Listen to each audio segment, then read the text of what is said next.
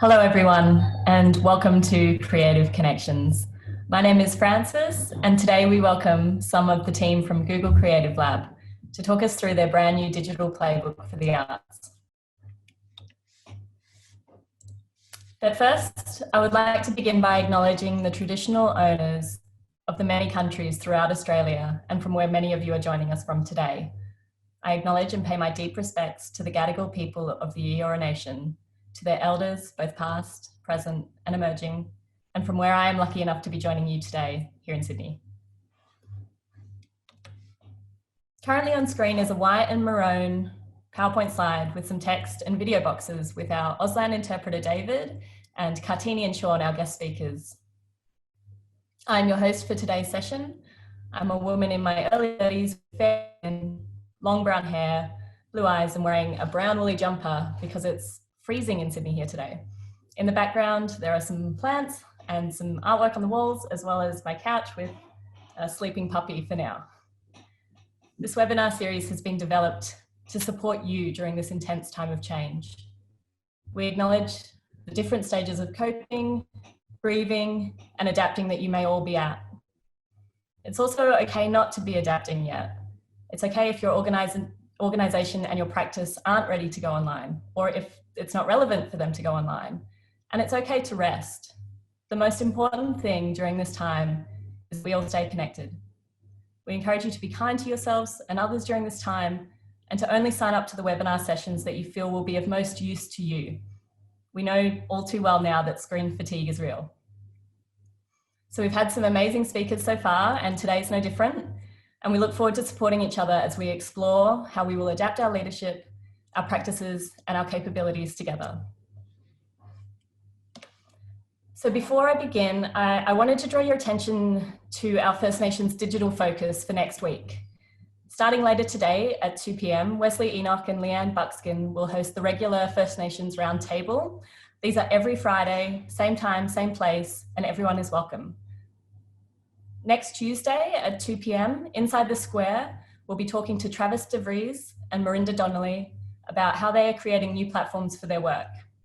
And on Wednesday at 3 p.m, our Creative Connection session will be hosted by Ian R.T. Collis, who will introduce Dr. Terry Jenke to talk to us about First Nations protocols in a digital space. We hope that you can sign up to all or any of the sessions that are of interest to you, and that you'll help us share the word. So just quickly before we begin, some housekeeping now before we get started. Live captioning is now available via Zoom and should have automatically started for you. If it's not started, just click on the CC button at the bottom of the screen. If preferred, you can also expand the caption screen to read the full transcript, which will appear on the right-hand side of your Zoom window. You can also change the settings and the size of the subtitles if you'd like. During the session, we invite you to engage with each other on the chat feature, which Kevin from our team will be managing today. Please feel free to share any of your ideas, links, or examples that relate to today's topic, but also noting that unfortunately, due to security features on Zoom, you can't hyperlink or copy and paste out of those that chat feature. But not to worry, because we will be sharing all of the resources from the Google Creative Lab after the session today. Similarly, if a question comes up or comes to mind during the session today, please feel free to send it through the Q&A tab at the bottom of the screen, and Ian will be online managing any of your questions as they come through. We'll aim to get through as many as we can at the end of the session. If at any point you need technical support, please just raise your hand, and Laura will be on hand to help you. And you can do this by using the raise hand feature, which is also at the bottom of your screen there. And if all else fails, just flick us a quick email to leadershipprogram@australiacouncil.gov.au. Finally, a recording of today's session will be available in a few days, probably by mid next week. We'll send it to you via email, and it will also be available on the Australia Council website. So now, currently on screen is a PowerPoint slide to introduce our guests. There is some text and 3 images, all in black and white, in circles. On the left is Kartini, a young woman with her hair pulled back into a bun, wearing dangly earrings and a white top. In the middle is Sean, a man with dark hair and a beard, wearing a black top. And on the right-hand side is Jonathan, a close-up of a man with fair skin, beard, and smiling at the camera. Jonathan is the head of Google Creative Lab in Sydney. He won't be presenting with us today, but he'll be on hand and is online to answer any questions you might have at the end.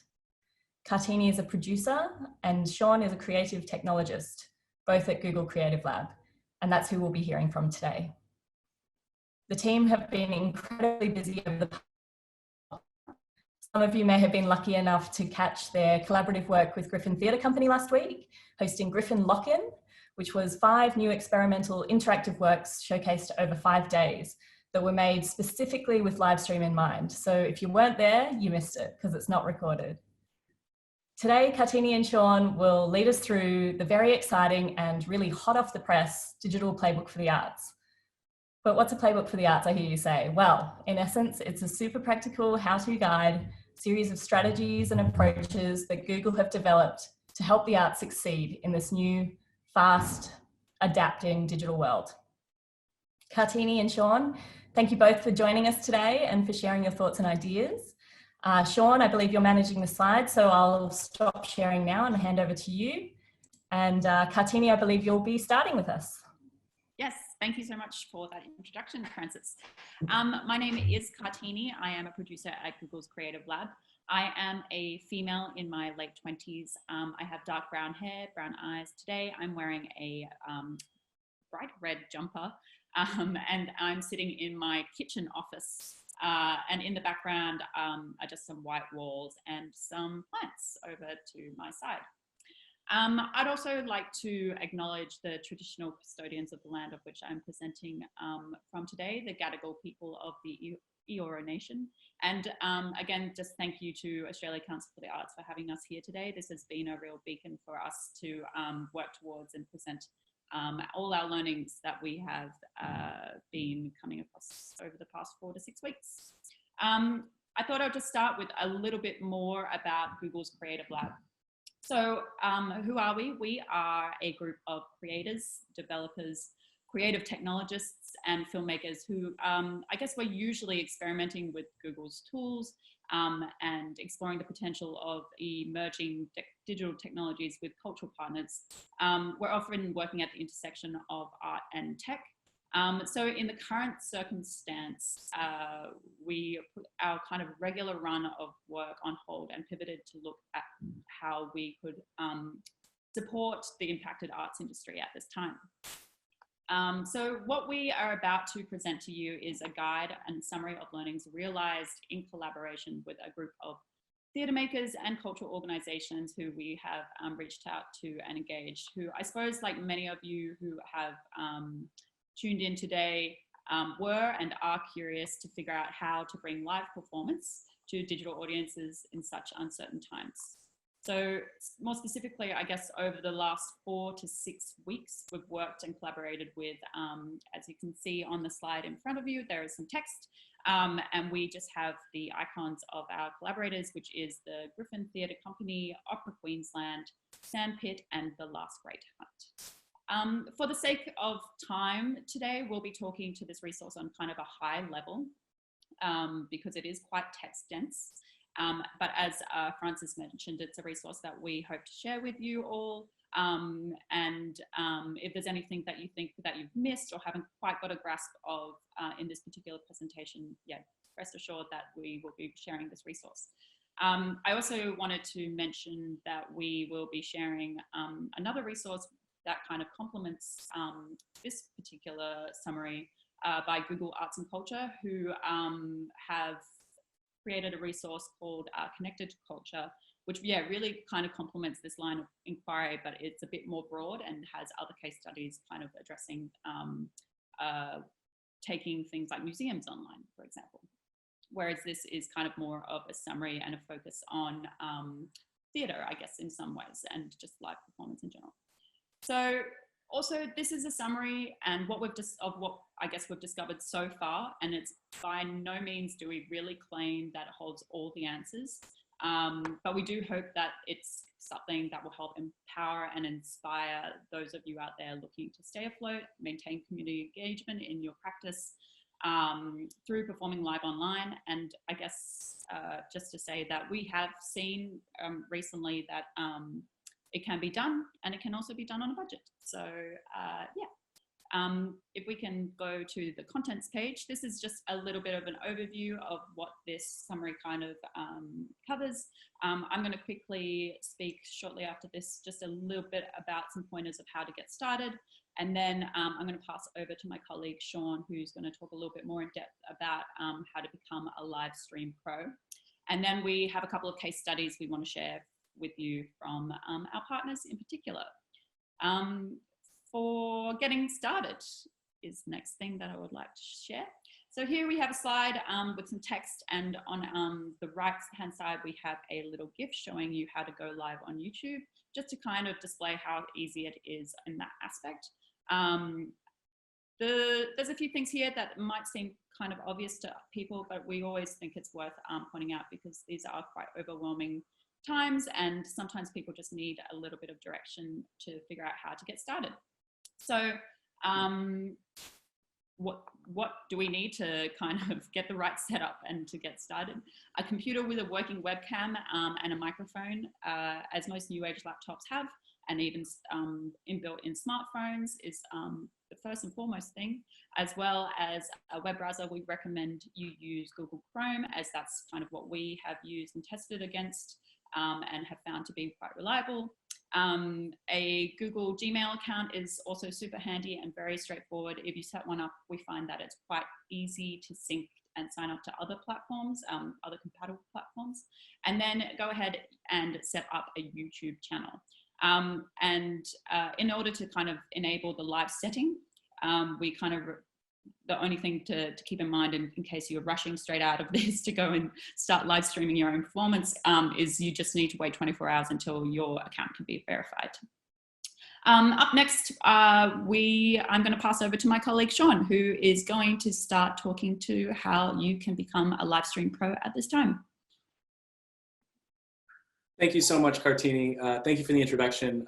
So as Kartini mentioned, I'm Sean, and I'm a creative technologist at the Google Creative Lab in Sydney, though I am currently talking to you from my apartment in Los Angeles, California. And for reference, I'm a fair-skinned man with dark hair. I'm in my mid-20s and a bit scruffier than usual as it goes in isolation. Behind me is, let's see, a few scattered books and a guitar and a bass hanging on the wall. I'm so grateful to be here. Thank you so much to the ACA for the opportunity.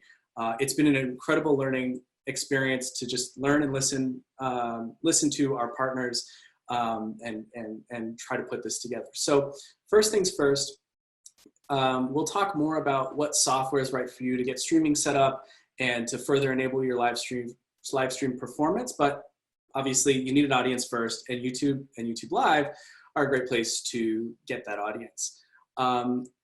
And without that, it's just you kind of talking to your computer, right? So let me go to the next slide. And first thing, obviously, you need to check your internet connection. Not everyone is going to have access to perfect internet, but in our tests, seemingly obvious things like moving closer to the Wi-Fi router or using your phone's 4G hotspot to have a better upload speed on your internet connection made really significant improvements in your connection. We saw systems that couldn't be enabled to stream simply by like tethering to their phone. And usually if you do a speed test and you have 8 megabits per second or higher as an upload speed, you're in really good shape moving forward. And on this slide, you can just, we have an example of a speed test and some text, which again, we'll be sharing the stock afterward, and that will link to a reliable speed test that we had good results with. So one great way to gather and broadcast to an audience is using YouTube Live. It allows you to share your video far and wide around the world. It handles all the technical back end of hosting your video, making sure that whoever's viewing it with a different connection will have a resolution level that's appropriate for their connection. So it handles kind of all the download aspects. And it will give you normal YouTube features like likes and dislikes and subscribes to build your audience. And then there's also a live chat feature so that you can interact with your audience in real time. And there are some instructions on the specifics of how to go live on YouTube. But again, I will let you go through that in your own time. And next, if you want to take your performance to the next level, and you want to have things like multiple performers in different locations, more editing tools, capabilities to stream from maybe your existing editing deck if you're already an established arts organization, you can actually plug in different streaming softwares to build a richer experience on YouTube Live. And before moving forward, we're going to be going through a few softwares here, but it's important to note that the more technical we get, the more important it is to choose the software that's right for you. So we're going to present a list. They're not Google products. It's certainly not an exhaustive list. But what we found our creative partners had really good results with was choosing software that they were first and foremost comfortable with. So if you are already comfortable with the software, that might be a good place to start. And moving forward, so here's a table which illustrates our different softwares that we found our partners had good results with. And don't worry if it seems like information overload. As was already mentioned, the ACA will be sending this deck out to you after the show, and will be available for questions, and this will be hosted online. So this information isn't going anywhere. It's meant to be a resource, a living resource that we can constantly update, and you can keep coming back to for information. So it's a collection of software, again, not made by Google, but we tried to find something for everyone here. So like on the more beginner technically side of the spectrum, we have Stage 10, which is a really powerful tool. If you're not really technically interested in tinkering around and getting something working, this is a great way to just have multiple performers out of the box. It runs in your browser. There's a free option. It's very accessible. And what we found is that you're able to unite multiple performers in different geographical locations into one stream, which can then stream to YouTube, which opens up significant creative possibilities and adds a lot of richness to the experience for your viewer. Switcher Studio is our next recommendation. This is a great software if you are using an iPad or an iPhone, or you really need to be mobile while you're switching around.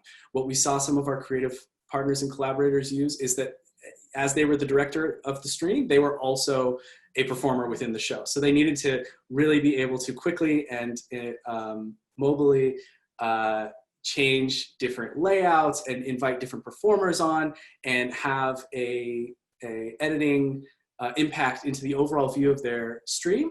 And this is a great way to accomplish that. It is a little bit technically, or it's technically a little bit more difficult to get working than Stage 10 though. A little bit more technically difficult, but again, a really powerful tool is Streamlabs OBS. It plugs into a software called OBS, which should also be mentioned as a really powerful software to enable your streaming and different editing tools.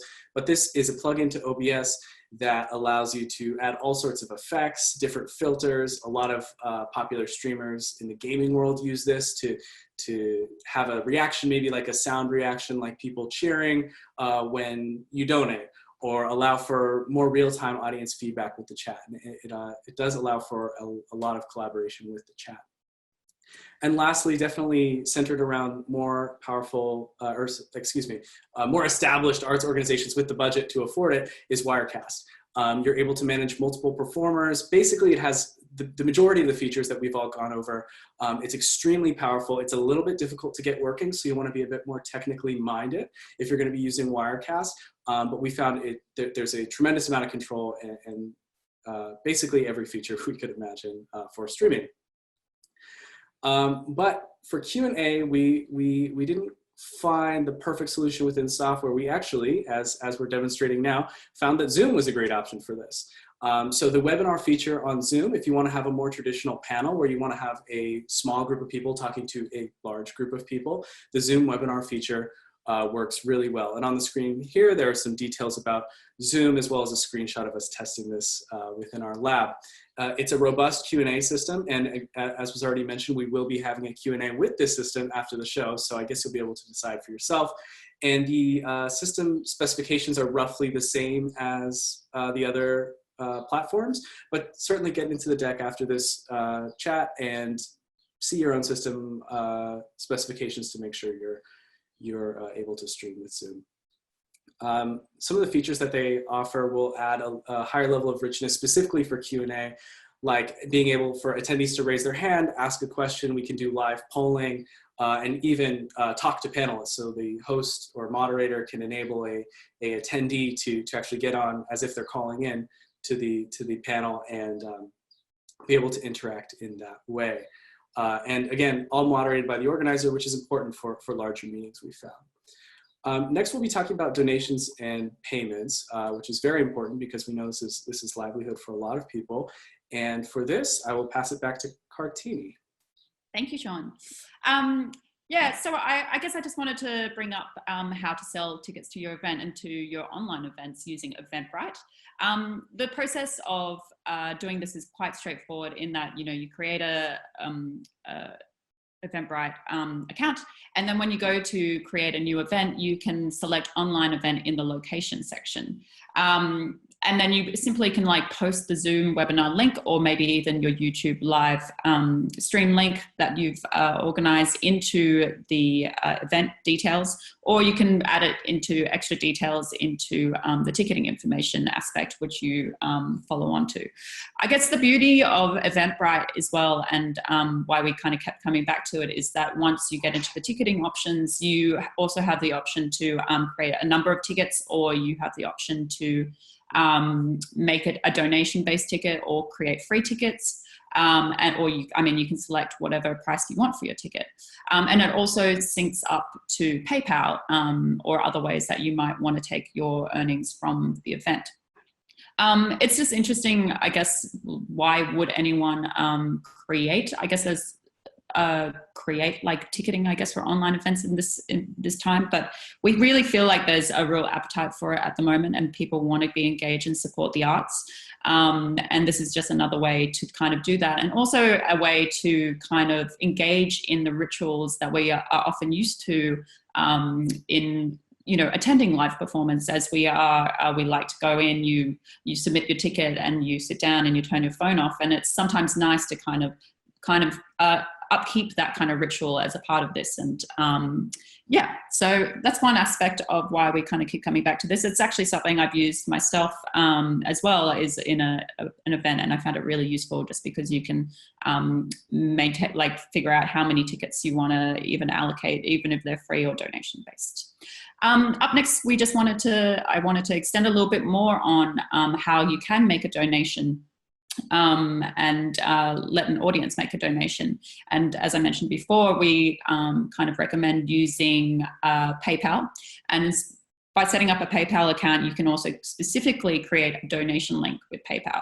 And that's as simple as, you know, setting up your PayPal account.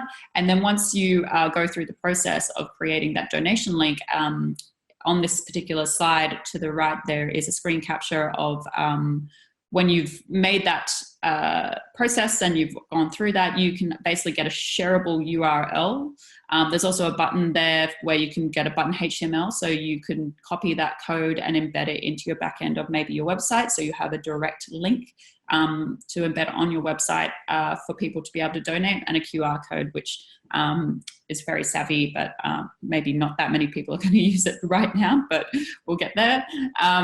But yeah, coming back to the shareable URL, then that is something that you can embed as extra information, maybe back on your ticket in the information of the ticket or the information of the event. You can embed that in the description of your YouTube live stream.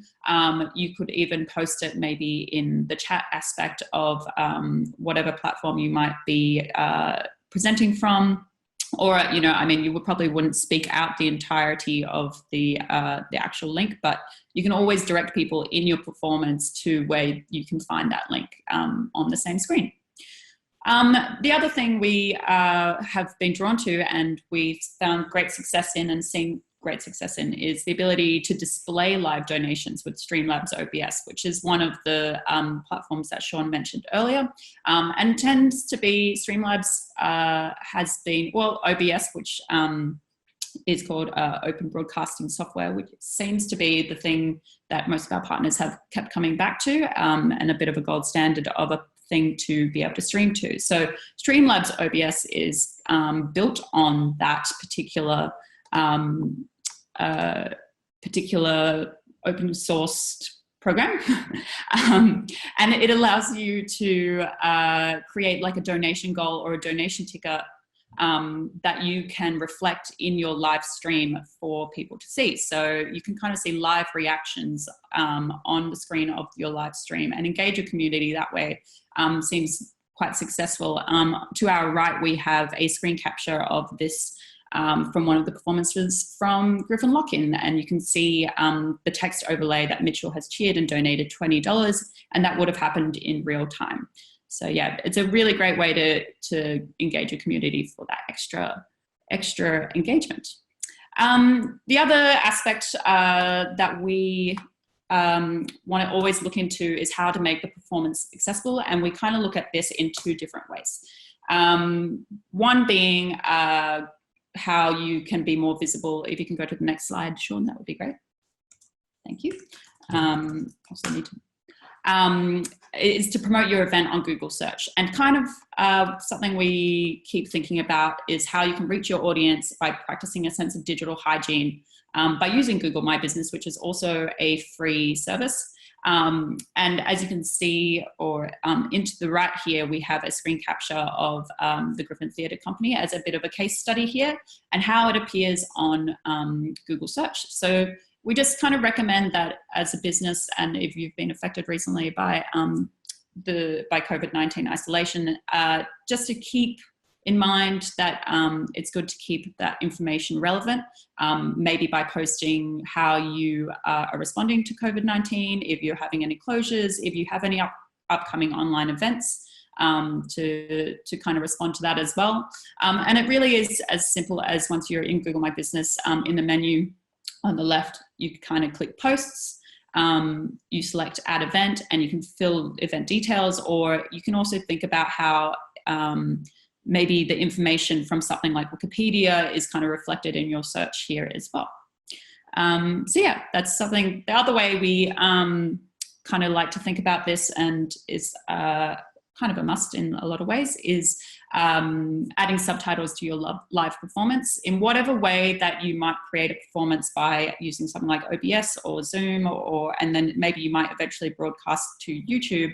You can use something called Stream Text that allows you to add captions and display them in real time. So in YouTube Live Control Room, once you have that account, you kind of select the Manage tab. Under the stream latency, it's good to kind of select normal or low, which is kind of something we just kind of recommend. And then in the closed caption selection section, you select post captions to URL. So yeah, this is something to consider for those who at all times and all live performances, and is a great service to kind of cater for the deaf and hearing impaired. What worked for us? So who in the world was able to pull off an online detective thriller for your audience to solve, and that was in fact the Griffin Theatre and the Griffin Lock-In. And not only, I think Francis mentioned this earlier, not only did they produce just the one show that we have kind of focused our case study here on, called Thirsty by Rochelle Fong, it was actually just one of 5 different shows over 5 different nights. On this particular slide, we have a short clip by Declan Green, who is the artistic director of Griffin Theatre, and also a comment by Rochelle Fong as well, who created Thirsty. And it's a compilation as well, this film, of a few clips from the whole Griffin Lock-In show week. My name's Declan Green. I'm the artistic director of Griffin Theatre Company. And for Griffin Lock-In, we commissioned 5 artists to create new works specifically for live stream. We were really interested in the fact that in the wake of lockdown, a lot of theatre companies were putting up a lot of filmed broadcast content that was like standard live shows being filmed, but we were really interested in looking at how live streaming technology could be used to really harness liveness and create and use a platform like YouTube as an interface for a live happening thing between a performer and an audience. So that was effectively the brief that we gave to our performers. So my name's Rochelle Fong, and I'm a multidisciplinary artist. I've been making immersive site-specific theatre shows for the last couple of years. And so, yeah, it was really exciting to bring that from the streets to online. And for Griffin Lock-In, my show Thirsty is an interactive techno-noir detective thriller, and in it the audience are playing online detectives who are guiding the protagonist, Melanie Wong, as she meets the perpetrator of her uncle's hate crime. So the audience are helping Mel as she goes undercover on this fake first date at Jared's house. They get to vote on what she wears, what she drinks, where she looks for incriminating evidence, and also suggest tactics for her to make him accountable for his actions.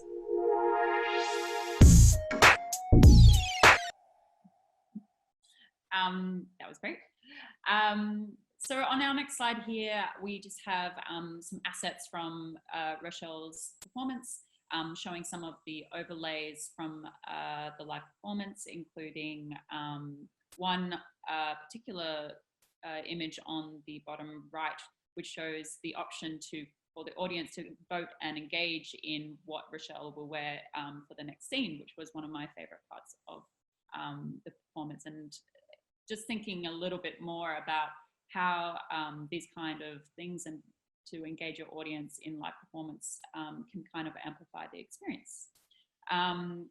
So yeah, the mix, it's also just to say, I guess, like the mix of overlays to engage your audience and a mix of maybe pre-recorded assets can, yeah, really elevate different aspects of performance. On our next slide here, and what kind of worked for the Griffin Theatre in this is a picture of the full tech stack and the way that they kind of operated behind the scenes to get this going. Now, there's a lot of arrows going in different directions, and it kind of looks a little bit complicated at times, but I show you that at the heart of it is using OBS, which is something we've mentioned a few times, going to YouTube. And so then they had different aspects of Zoom, going to OBS, going to YouTube. So that's the actual kind of flow of those things. And then it's just a matter of how many different people were kind of dialing in, or different cameras to incorporate in that. Another really interesting aspect of this particular and the Griffin Lock-in is that they use Google Docs as a collaborative tool during their live performances, which was really interesting, almost as like a live text-based way to communicate between, say, the stage director and the actors and, yeah, the broadcast manager, for example. We have a video here that is a bit long. It's goes for like almost 4 minutes. So we're just going to skip that, but definitely watch it in your own time to hear a little bit more from David Bergman, who was the technical director for the Griffin Lock-in. And here we have 3 different other kind of clips from Declan and Rochelle. We're just going to watch maybe one. I'll just double check the time, 11:30. I think we've got a little bit of time maybe to watch 2 of them. The first one we want to watch is Rochelle speaking on... I tried... Yeah, that's fine. You play it, Sean. I tried to really set up like the mission, I guess, for the audience at the beginning, which was one of the big learnings from the whole process, which is, you know, there's a unique challenge in the online space to really grab audiences early so that they don't drop off and make them feel very invested. So it was really like such a learning experience for me working with Declan on the dramaturgy of it and just figuring out where to place things and kind of and how. So yeah, I guess setting up their mission at the beginning, kind of using this gamification style approach to the show and positioning the audiences as active storytellers. So I guess the audience got to vote on costume and different actions that the protagonists could enact, and that was all serving their overall goal of, I guess, keeping me safe, but like getting the evidence from the perpetrator and also getting a confession out of him. It was really fun to play with the audience, and as a performer, like I was a little bit scared at first with being so open to interaction, but actually it just kind of made the work, I think. And a lot of the feedback that we got from audience members, without fail, they would talk about the comment feed and how that was kind of informing the actual show itself. And I think the sense of camaraderie and like little community that developed with amongst the audience members as they were trying to work out how to influence the characters was really special, and it made it feel like, you know, they were all in it together, which was exciting. And then the next video I want to play a clip from is just from Declan, just talking a little bit to liveness, which I think is really important. So I think early on, we had assumed that we would have to see about building a whole bunch of controls to create a sense of community or interactivity between the performers and the audience. But one of the really interesting discoveries that I think we made through doing Lock-In was just that the live chat function in YouTube actually did that already. Just the fact that across the 5 Lock-In performances, you would see people's handles night after night, that people would engage in little conversations and live commentary during the performance, talk to one another, use applause emojis. You could really feel massive people watching this thing and moving at once at times. And sometimes you would, sitting watching it, feel euphoric and feel sad, and in a way it did really have a degree of equivocation in terms of the experience you would have in a live performance space, even though you weren't at all. And I think that was a really huge surprise and discovery for us, that you could actually do it very simply in this platform. There's one more video there, but we'll skip that and recommend that you watch it in your own time to hear a little bit more about that. And then I'm going to pass right back to Sean, who's going to go over the other case study. Thank you so much, Kartini. All right, so now I'm going to go over our next case study, which is by a theater collective called The Last Great Hunt. And they made the perfect car chase from cardboard cutouts. In a cardboard noir, as they describe it, they created a multi-camera, multi-performer experience using only materials that you could find in your own home. So we're going to watch a quick video, which is one of the founding artists of The Last Great Hunt, Adrian Daff, who will be introducing the project, and then we'll watch a few clips from the project as well, and talk about the systems they used afterward. My logline about the show would be a kind of like a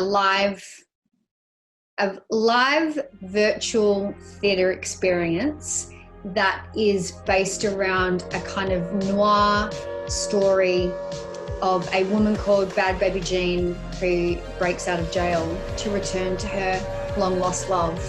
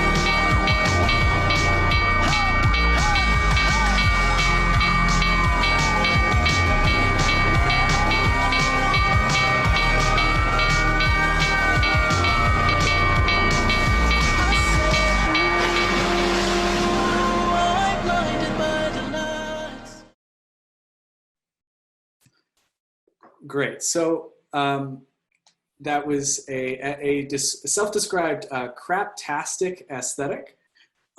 We loved it. It was a dark black and white noir style, gritty almost film, but it was so much fun, and all of the props they used, all of the sets they used, was extremely low tech. Cardboard boxes, paper, pens, torches, simple costumes. And it was a really compelling effect using quite a reasonable system, we thought. So we thought the visuals were really strong for this. We thought it worked really well. The tech stack, again, we're not going to go into it too deeply right now, but this is a great example of when we see what works best for the creative partner really being the best option for them. So they were really comfortable with QLab, which is a established and widely used software in the theater world for things like lighting and sound triggering and all sorts of things. And so they actually took Skype signals and controlled those signals with QLab, and then using OBS brought that to YouTube Live in the end. So it worked for them. As you can see from this admittedly complex flow chart, that might not be the right solution for you, but there probably is a right solution for you using the software that you are comfortable with. And so we have 3 more just incredible videos about the case studies here. I think we're gonna go past them just because I'm conscious we wanna do enough Q&A, but I really can't recommend highly enough that you check these out after the talk. There's just so much wisdom in these videos, and just learning from their experience, at least for me, was wonderful. Great, and that actually concludes our deck. So I'll just say in closing, as we move into Q&A, this has just been an incredible learning experience, and it's by no means exhaustive, and this is by no means the only way to do this. But we learned a lot just by listening and by going on this journey with these creative partners. We are so excited to see the next steps within these partners' journeys, as well as your own journeys. And so there will be links to this presentation that the ACA will send you after the show, and even more information in there. And so I think we can move on to Q&A. Thank you so much. Great, thank you so much, Sean and Kartini. Gosh, wow. I think we can all agree that you've just given us a whole bunch of, like, that was just a blast with like resources, great case studies. The chat was like going off. So thank you. I think everyone's found it super useful, and there are a ton of questions. So I'll see how many we can get through. Let's start here. Just give me 2 ticks. So I actually will start with the first one that came through, because I think it sort of relates back to the earlier point, which is, do you have any insights into which softwares that some of the major arts organisations have been using for their live performances? So i.e. Saturday Night Live, National Theatre? Sure. I mean, within the creative partners that we've spoken to, and we haven't spoken to everyone, there really doesn't seem to be a one-size-all solution or one-size-fits-all solution. We're seeing a lot of streams go to YouTube Live. We're seeing a lot of great content coming out on Instagram Live, on Twitch, other streaming platforms. We personally think that going to a established streaming platform as the last step is really successful. We've actually seen a few partners who are self-hosting their own streaming, and it's really hard to maintain that technical infrastructure, and you want to be focusing on the creative development. So regardless of what works best for your software stack, as long as you're going to an established streaming platform, we've seen pretty good results with that. I also was just going to add to that. There's a lot of content that has been going out, and I know, like, for example, like the Hamilton, if anyone knows the musical Hamilton, for example, did a seemingly live performance, but there's been a lot of things that have been released and not necessarily live, and like pre-recorded, but then I guess showed live by using probably something like OBS to compilate those kind of pre-recorded assets and then showing them at a specific time.